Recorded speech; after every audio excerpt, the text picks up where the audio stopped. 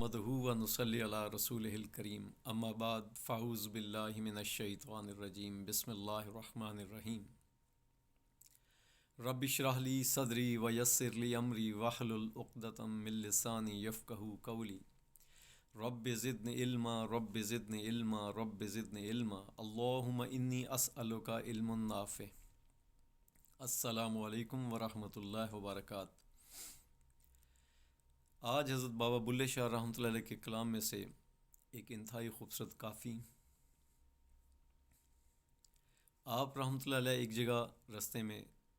بیٹھے تھے، تشریف فرما تھے کہ وہاں سے ایک لڑکی، مٹیار خوبصورت ناری،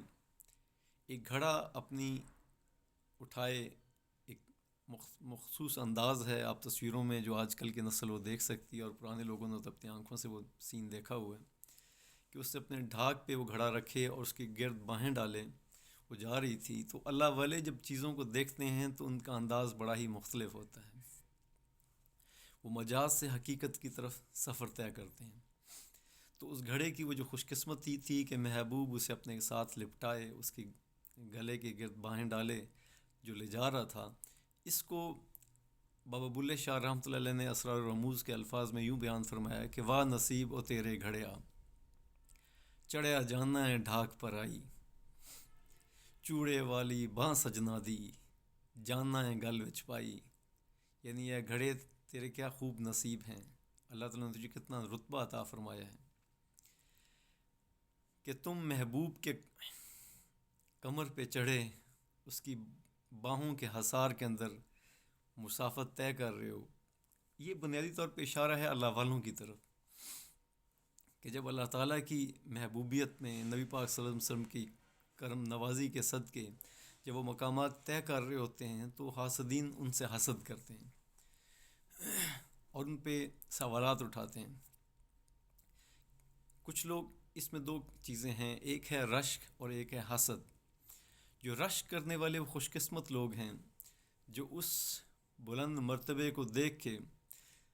جہاں خوش ہوتے ہیں وہاں دعا کرتے ہیں کہ یا اللہ یہ مقام ہمیں بھی نصیب فرما، جبکہ جو حاسد اسی چیز کو دیکھ کے اس کے برعکس ان کی یہ خواہش ہوتی ہے کہ جو مرتبہ ان کو ملا ہے وہ ان سے چھن جائے، مجھے نصیب ہو یا نہ ہو۔ تو بابا بلے شاہ رحمۃ اللہ علیہ اس جگہ پہ رشک کے انداز میں گھڑے سے مخاطب ہیں کہ اس کی جو شان محبوبیت حاصل کی، کاش کہ ان کو بھی حاصل ہو جائے۔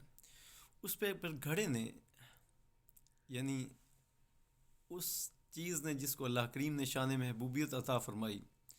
تو گھڑے کے زبان میں یوں اس کا جواب دیتے ہوئے گھڑا کہتا ہے، پہلا واڈ کئیاں دی کھادی، پھر گھار گھمیریاں دے آئے۔ اب یہ سمجھنے کے لیے تھوڑا سا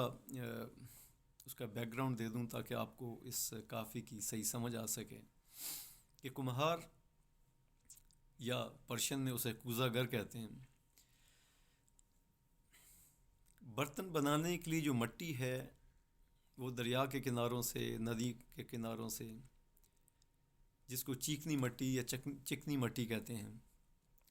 اس میں ایک نقطہ یہ بھی ہے کہ ہر مٹی سے برتن نہیں بن سکتا۔ مٹی بننے کے لیے، برتن بننے کے لیے چیکنی مٹی یعنی ایمان والا، محبت والا ہونا شرط ہے۔ تو جب وہاں سے وہ لے کے آتا ہے پھر اس کو وہ گھارا بناتا ہے، پہلے اس کو چھانتا ہے پھر اس کا گھارا بناتا ہے۔ گھارے میں وہ پوری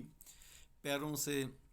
ہاتھوں سے، یعنی وہ پانی اور مٹی کو یکجان کر دیتا ہے۔ اس کے بعد پھر ایک گھومنے والی چیز ہوتی ہے جس کو چاک کہتے ہیں، اس پہ رکھ کے پیروں سے چاک کو گھماتا ہے اور ہاتھ کے ساتھ اس کو کٹائی کرتا ہے اس مٹی کو، اور اس کو برتن میں تبدیل کرتا ہے۔ اور جب وہ بن جاتا ہے پھر اسے ایک نفیس سے دھاگے کے ساتھ چاک سے اس کو علیحدہ کیا جاتا ہے، کاٹا جاتا ہے، اور پھر اسے دھوپ میں رکھا جاتا ہے، سکھایا جاتا ہے۔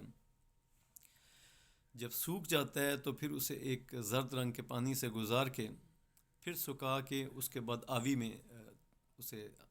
تھوڑا آگ دی جاتی ہے، اور اس کے بعد وہ اپنا منزل طے کرتا ہے۔ تو یہ بنیادی طور پہ ایک سالک کے محبوب بننے کے مراحل ہیں۔ تو گھڑا اسی طرح اشارہ کرتے ہوئے کہتا ہے کہ پہلا واڈ کئیاں دی کھادی، پھر گھار گھمیریاں دے آئے، کئی یعنی کسی، کہ جب مٹی وہاں سے اکھاڑی جاتی ہے تو کسی کے ساتھ ایک اوزار ہے جس سے وہ مٹی کو اکھاڑا جاتا ہے، اور وہاں سے وہ لا کے کمہار اپنے گھر پہ لاتے ہیں۔ اور پھر وہ جو گھار گھمیریاں جب اس میں پانی ڈال کے اسے گوندھا جاتا ہے، اسے گھمایا جاتا ہے وہ جو چاک کے اوپر، تو اس کی طرف اشارہ کرتے ہوئے فرماتے ہیں کہ پھر گھار گھمیریاں دے آئے، پانی وچ رل گارا ہوئے، اسی چاک تے سیس کٹائے۔ جیسے میں نے پہلے گزارش کی نا کہ وہ پھر جب اچھی طرح آپ گوندھ لیتے ہیں اور پانی اور مٹی یکجا ہو جاتا ہے